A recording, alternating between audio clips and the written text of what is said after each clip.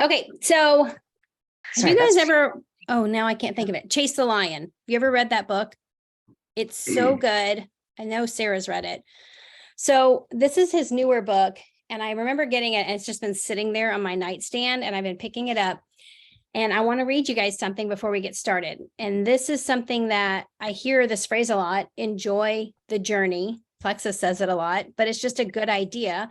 But sometimes I don't know about you guys, but maybe you feel overwhelmed, or maybe you feel almost like you're choking this opportunity to death because you're like, it's got to happen. We got to make it happen. And it loses kind of its joy. It becomes something we worry about, stress about. We're checking our back office, our stomach hurts. Like we're just anxious over it instead of enjoying the journey. So I want to read you this before we get started. And so it says, in the first sermon I ever preached at National Community Church, I cited a sociological study involving 50 people over the age of 95. Collectively, they had more than 5,000 years of life experience. The survey consisted of one question. If you had your life to live all over again, what would you do differently? 3 replies emerged as a consensus. Number 1, risk more. Number 2, reflect more. And number 3, do more things that live on after you die. I'd second all 3 of those notions, but let me add one more to the mix. Enjoy the journey. Life is too short not to enjoy every age, every stage, and I believe the best is yet to come. But the grass is not greener on the other side. If you don't enjoy life now, you won't enjoy it then. If you don't enjoy life here, you won't enjoy it there. Don't fall into the win-then trap. What is it? It's thinking we'll be happy when we find ourselves in a certain set of circumstances. So for example, a rank up, or I'll be happy when I earn the Hawaii trip, or I'll be happy when fill in the blank. When I graduate, or when I get married, or when I get my dream job, then I'll be happy. No, you won't. When I have kids or get the promotion or get out of debt, then I'll be happy. Trust me, it never ends. When our kids are out of our diapers, or when we reach retirement, or when we're financially independent, then life will be good. Quit lying to yourself. Let's call it what it is. It's called someday sickness. We have to guard the present against 2 threats, 2 thieves. The first is past tense guilt. The second is future tense anxiety. They come to kill, steal, and destroy. And how do we guard against them? We make a pre-decision to enjoy the journey, no matter what, no matter when, no matter where. Seeding the clouds is not wishing on a star. It doesn't wait for perfect conditions. Listen to this verse really quick. Whoever watches the wind will not plant. Whoever looks at the clouds will not reap. That verse of scripture proved to be the cure for both my perfectionism and my procrastination. If you wait for perfect conditions, you'll be waiting forever. If you wait until you're ready, you'll be waiting the rest of your life. You'll never find perfect conditions and you'll never be ready. So here's the mantra that he uses. If you get a green light from God, then get set, get ready, and go. And so as I read through this is the last part. He said, his friend Andy Stanley said this, you're probably never going to be more than 80% certain. And that single sentence changed my life and leadership. If you're looking to get married, I'd aim a little higher than 80%, but otherwise apply this 80% rule to just about everything you do. It will help you overcome perfectionism and procrastination. Don't just look at the clouds and daydream, fly a plane of dry ice into them. And so I love the idea of being able to enjoy that journey, even though it's going to be hard, even though you're going to experience things that grow you, stretch you, are difficult. We can't forget that that still has to be a part of this, that we do have to have this level of fun. My husband's doing an Upwards basketball team. My daughter, he's coaching her. And he said to them last week, he's like, I don't want to come every week if it's not going to be fun. Like, that's really why we're here. It's going to be nice if we won. It'd be nice if we took home a trophy, but if it's not fun, it's not worth it. And I think that's such a valuable lesson. So happy Monday. We're here to have fun, but that also means work. So the first thing I want us to focus on today, I don't care what anybody says. A good old-fashioned before and after is one of the greatest back to basics tools that anyone can use to share the products. You could write a beautiful post. You could go in your stories and talk about your experience, but there's something about a before after. Well, lucky us, we just are doing that New Me in 2023 group, and there is a before after thread. There are tons of pictures there, which when people put them, in my opinion, you go with what you believe. If they put them on social media, I kind of feel like they're saying before and after on sharing Facebook. them. So if you feel like you need to ask some people, fine. But those pictures alone are a good place for you to get started putting in your story saying, look what's happening right now in our brand new year's challenge. So showing people that are having before afters, but it doesn't have to stop there. If you are using the glow, take some time and take some before after pictures. I took a picture before I started it. A month later, I took another one. Anytime you have the opportunity to do before after, that's huge. The ease before afters are also a huge opportunity for sharing. And don't feel like you have to pick just one topic.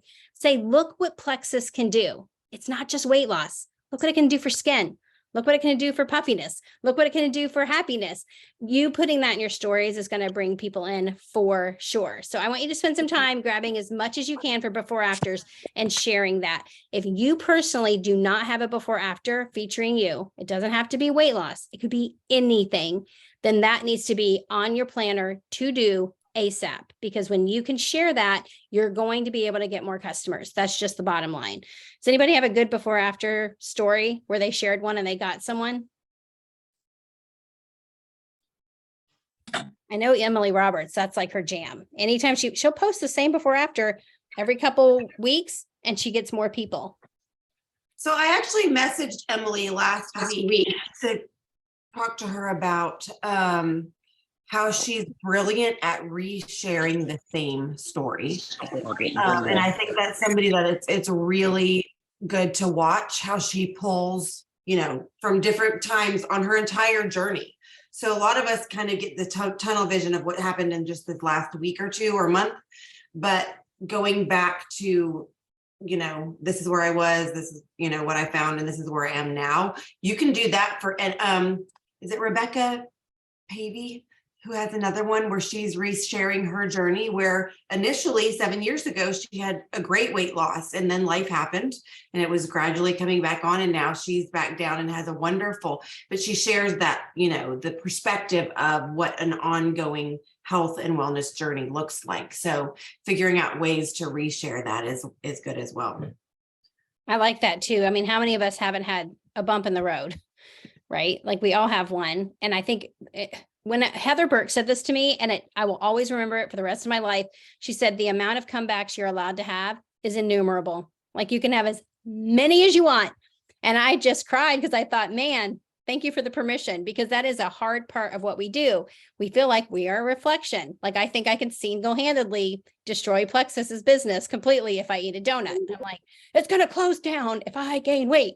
And that is just completely inaccurate. So go ahead and start focusing on sharing those before afters, putting them in your stories, create a post, put them on your team page, put them in chats, remind them the power of what our products can do, remind them that they also can always have a innumerable number of comebacks. So let's focus on that for the next 10 or so minutes. If you're not in the New Me group, you'll want to be in there, but the wellness community has a lot of before after pictures. If you have any that you think are amazing, drop them in the Power Hour chat. If you have a bunch of them, don't do it individually. Select as many pictures as you can just to send us one message so it's not dinging like crazy. Jennifer, I have a real quick suggestion. I use Canva. I mean, you could use anything, but I have a graphic and I keep adding to it every couple of years from when I was 51 to now I'm 65. And what I do is I found a headshot and a full body shot, and they're kind of like tiny and skinny on my thing, but I actually put my age. So the headshot and the body shot, or just the body shot, it doesn't matter, but I put my age at each one. They're like right on the graphic. So people can see that from 51, where I probably looked 71, to 65, where now I was told the other day, I thought you were 45. I was like, so I just use that and I keep adding on every couple of years, and that's pretty effective. I've gotten people like on that because I look so different now. So that's really smart. I'll put that in the chat or in the messenger group if you want, just so people can see what it looks like. I love that. And I also love the idea that you've stayed with Plexus long enough to be creating that. Instead of saying 6 months in, okay, I'm going somewhere else, and like your before after is just your journey all over the place. So I like your consistency there. That's awesome. Anybody that's still wanting to be added to the Power Hour chat, why don't you go ahead and message me personally? The day that we added everybody, I added as many as I could until Facebook said, you've added enough, you're not allowed to do it anymore today. So I think I'm allowed to do it now, but send me a message and I'll make sure you're added if you're on this call right now and you're not in it.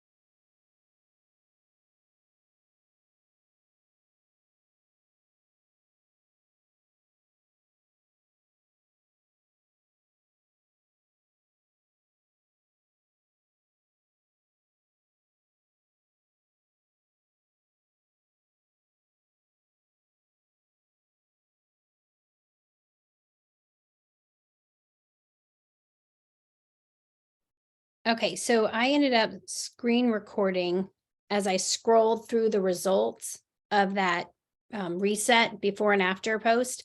Took me about 2 minutes to get through all of it. But then I'm putting that in my stories, and that way people can see I'm like just literally scrolling through all these results. Look at this. And it's people saying 5 pounds, 11 pounds. This is my third reset. I've lost 30 pounds total, all of that.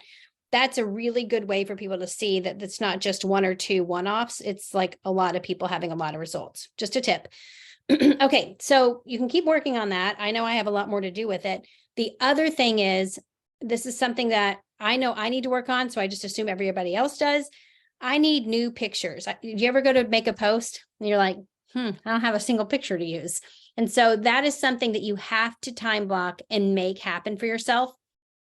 One of the best ways to come up with ideas for pictures is to go and study other people. And I grab post ideas from them too. So we're going to spend some time the last half of this power hour studying people in Plexus that do a really good job with pictures and posts and saving everything that we like, knowing that later on we would rewrite it in our own words, using that idea as a springboard. Maybe we recreate the picture. We've done IPA challenges where we show a picture that we love. And we're like, go remake this yourself, whatever it is. And even if you think you look ridiculous, who cares? You're doing it. If you see somebody out running that looks like they've never run before and you can tell they're struggling, do you look at them and go, ha ha, they can't run? No, you think, good on them. That's what you think, right? Unless you're just wicked.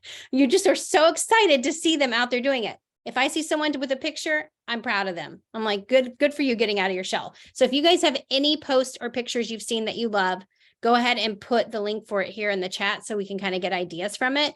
And we're just going to spend that time studying. If you have anyone you think we should follow that has good ideas and you're willing to share, put that in the chat as well.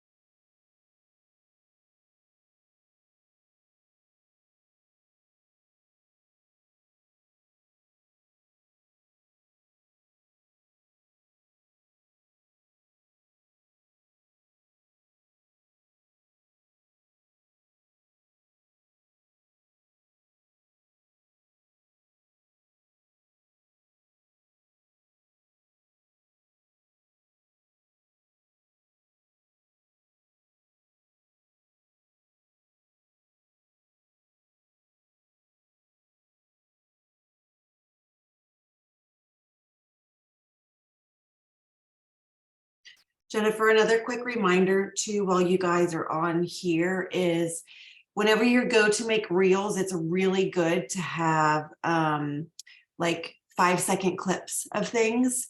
So randomly, I know you guys always have your phone in your hand. When you're walking down steps, take a 5-second video. When you're sitting at your desk, take a 5-second video.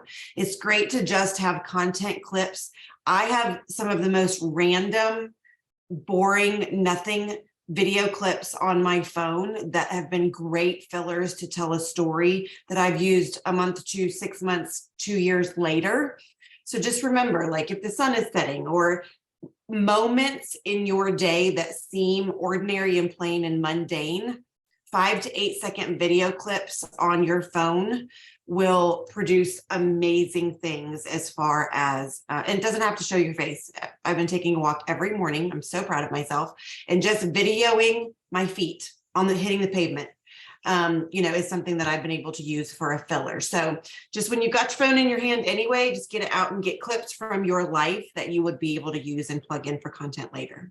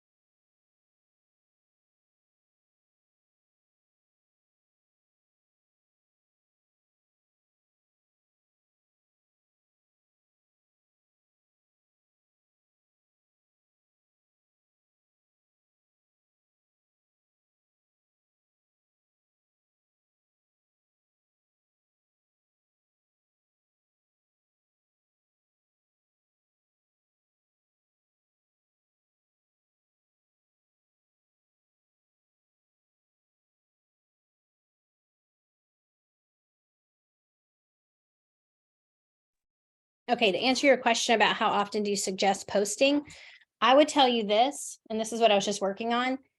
Try to be in your stories every single day, which is probably sounds overwhelming. I remember when Kristen Love, when she was starting to do her stories every single day, and I was like, how does she have her phone ready at all times?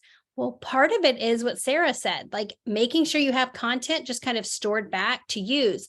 Well, why do you want to do it? Like, are you trying to be popular? Are you trying to get people to like want to be you? No. What you're doing is inviting people into your life. When you do that, it creates trust. With trust, it comes the honor of people wanting to walk alongside you in whatever it is that you're doing. So if your mindset is that, then you're going to want to be in your stories. You're going to want to be creating that trust. So I encourage you guys at least to be in your stories every day. The post or the different Facebook accounts I sent here, go and look at them. They don't post every day. It's every few days, but the posts they do are so solid. And you'll notice they never miss an opportunity to go back and reply to someone's comment to them. That's another really big part of this. So that's kind of going to be part of your IPA, is really making sure you're intentional with going into your comments. I have a girl that's so good about seeing who looked at her stories. Like at first I was like, man, that feels a little creepy, but it's not, because actually people love it when you say, I saw that you were watching my stories and you watched them all the way through. Thank you for loving me. Did you have any questions? Go and see who's looking at your stories. You'd be surprised. Some of them are going to be people you didn't even know were paying attention. We're going to wrap up here in just a second. Remember, Thursday is going to be the winning day sheet that we've been working through, and that's really helpful just to keep us all on track. Sarah, did you have anything to add before we start wrapping it up? Nope, not other than this week is leading up to the biggest week ever for Super Saturday. So I'm excited. You're going to Arizona? Who else is going to Arizona? Okay, I see a couple. Jessica's going. And so who's going to be in Nashville? Okay, so I'm going to see a lot of you guys on Saturday. That'll be so exciting. Okay, so I'll see you guys in Nashville. Everybody else is going to be in Arizona. And if you're doing one at your house and you need any tips, just put it in the chat. Say, this is what I'm planning. Does anybody have any extra ideas? And that winning day sheet, Sarah, you have a couple of those saved, don't you? You could drop in the chat. Okay. And it's super simple to work through. So we'll see you guys on Thursday to work through that. I hope you guys have a good rest of your Monday. And we'll see each other soon.